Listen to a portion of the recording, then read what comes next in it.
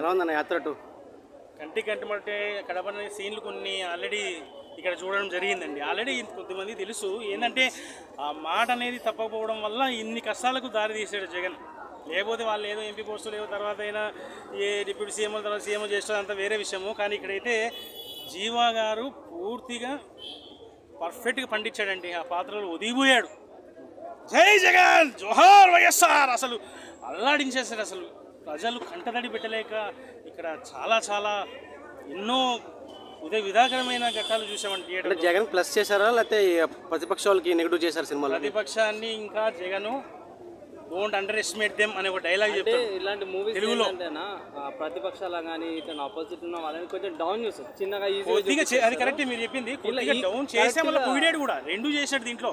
ప్రతిపక్షాన్ని కొంచెం డౌన్ చేసినా మళ్ళీ కూడా పొగిడినాడు కూడా జగన్. అదే జీవా గారు ఒక డైలాగ్ అంటారు దీంట్లో ఏంటంటే, మనం పోటీ చేయబోతున్నది ఎదుర్కోబోతున్నది 2014 ఎలక్షన్లో చంద్రబాబు నాయుడు గారిని తక్కువ అంచనా వేయద్దు అంటాడు. ఈ డైలాగ్ డైరెక్ట్ చెప్పినాడు థియేటర్లో. అసలు షాకు షేక్. ఇంకోటి షర్మిల గారిని కూడా చూపిలేరు, పవన్ కళ్యాణ్ గారిని చూపిస్తే మళ్ళీ అనవసరం కాంట్రవర్సీ.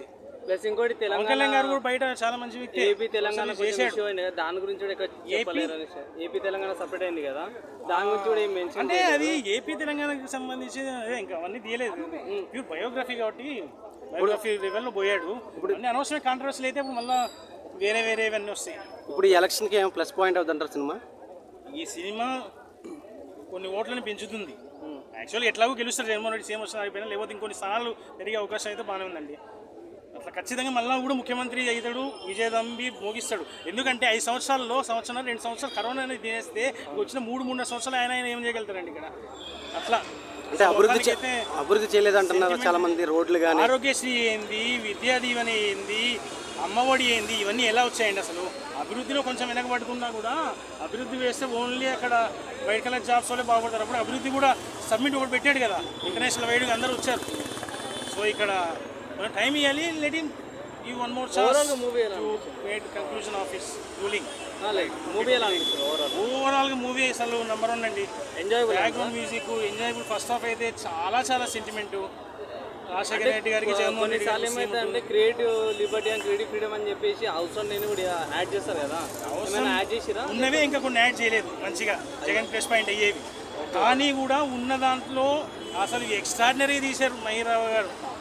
ఒక డైలాగ్ అంటారండి దాంట్లో, ఇప్పుడు నిన్ను చూసి వస్తాను అనుకుంటున్నావు జగన్, ఈ జనాలు నువ్వు మీటింగ్లు పెడితే నువ్వు ఊపే చెయ్యిని చూసి వస్తాను అనుకుంటున్నావా? నీ చెయ్యి కాదు, నీ వెనకున్న నీ నాన్న చెయ్యి కాదు, దాని వెనకున్న పెద్ద చెయ్యిని చూసి వస్తానంటాడు. అంటే ఏంటి పెద్ద చెయ్యి అంటే? కాంగ్రెస్ చెయ్యే కదా, దానికి జగన్మోహన్ రెడ్డి సమాధానం అంటారు. ఓకే, రిజైన్ చేసి పోదాం, అప్పుడు తెలుసుకుందాం. అప్పుడు ప్రజల మమ్మల్ని చూసేస్తాడా నేనైతే ఆ పార్టీని చూసాను. Thank you. ఓకే, మొత్తానికి అయితే ఫ్యామిలీతో చూడాల్సింది ఇక్కడ కూడా.